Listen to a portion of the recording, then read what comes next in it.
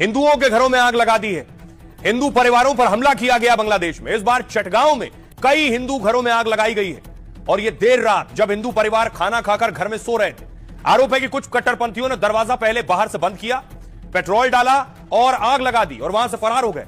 आधी रात आग लगने से हिंदू परिवारों में चीख पुकार मच गई, भगदड़ मच गई।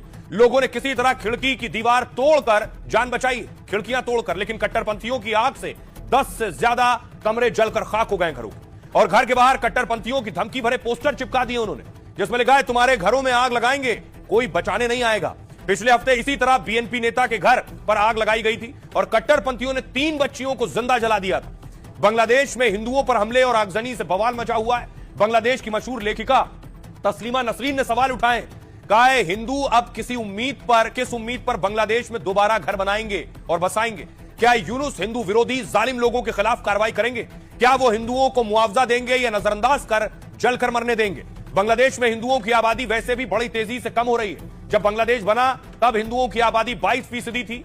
1974 में पाकिस्तान से अलग हुआ, आबादी घटकर 13.5% हो गई और आज ये घटकर करीब 8% तक पहुंच चुकी है।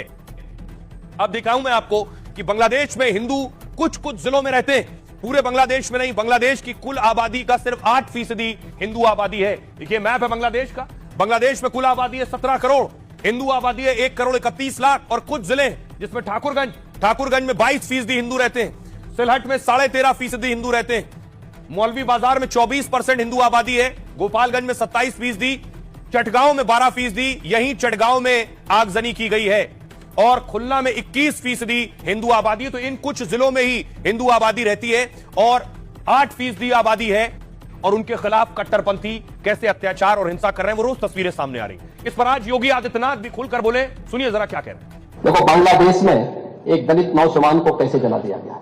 आप लोग गाजा पट्टी में होने वाले किसी भी उस पर आंसू बहाते हैं, लेकिन आपकी जुबान से एक शब्द नहीं निकल रहा है क्योंकि एक दलित नौजवान मारा गया बांग्लादेश में और उस नौजवान के मरने पर आपकी जुबानें सिल चुकी हैं क्योंकि आप उसको केवल वोट बैंक के रूप में इस्तेमाल करते हैं। ये राजनीति नहीं है पांडे जी, ये राजनीति नहीं है, ये वो सच्चाई है जो आपकी तुष्टीकरण की नीति है जिसके कारण बांग्लादेश बना है।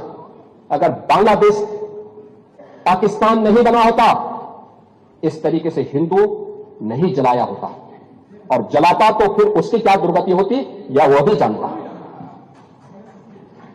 ये सुरक्षा की गारंटी, वहां मारे जा रहे हैं हिंदू, आप लोग नहीं बोले।